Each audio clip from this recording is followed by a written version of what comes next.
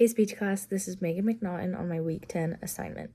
So for this assignment this week, I chose to help advocate for mental health and raising awareness in ways we can end the stigma.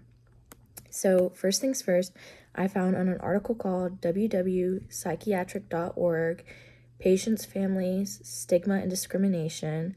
In this website from an article, I found stigma, prejudice, and discrimination against people with mental illness.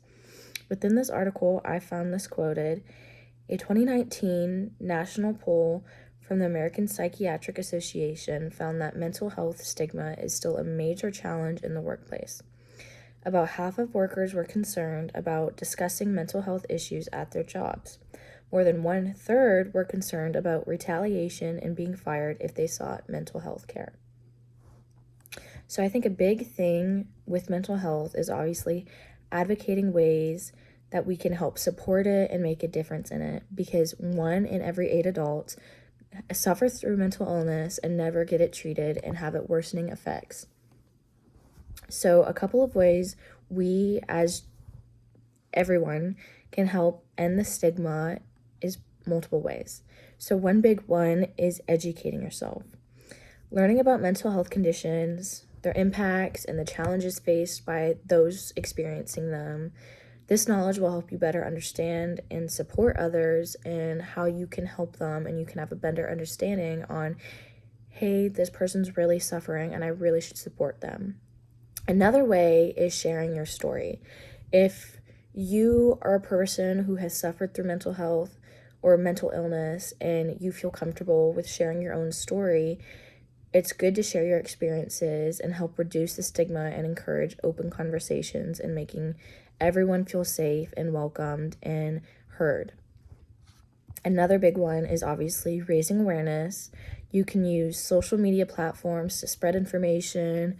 You can share resources and messages for support of mental health. You could also encourage others to seek help and provide information and available resources.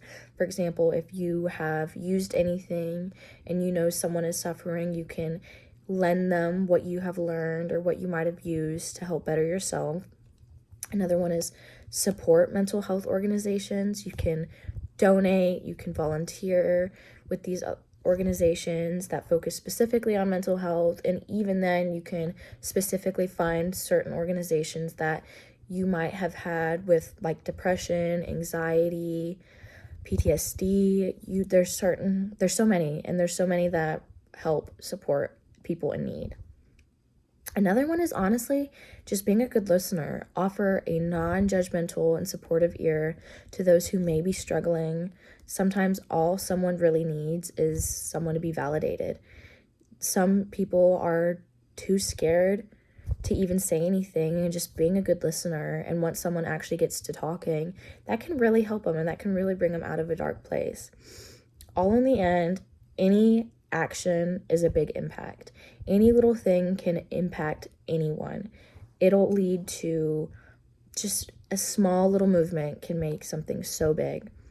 And it might make someone feel so validated that they finally might accept that, hey, I'm really struggling and I need to go get help, and I think it's finally time, because they now feel validated and they're not alone, and they know that it's okay. It's okay to go out there and ask for help, even if they feel that they might be belittled by society or judged by the workplace or people surrounding them, because they're suffering, and that's okay. As long as someone can openly admit that, hey, I need the help, and they take the time to go and get the help, then we should praise them, because they're actually taking a chance on them and wanting to better themselves. I hope you enjoyed this and hopefully found a little bit of movement to help end the stigma around mental health.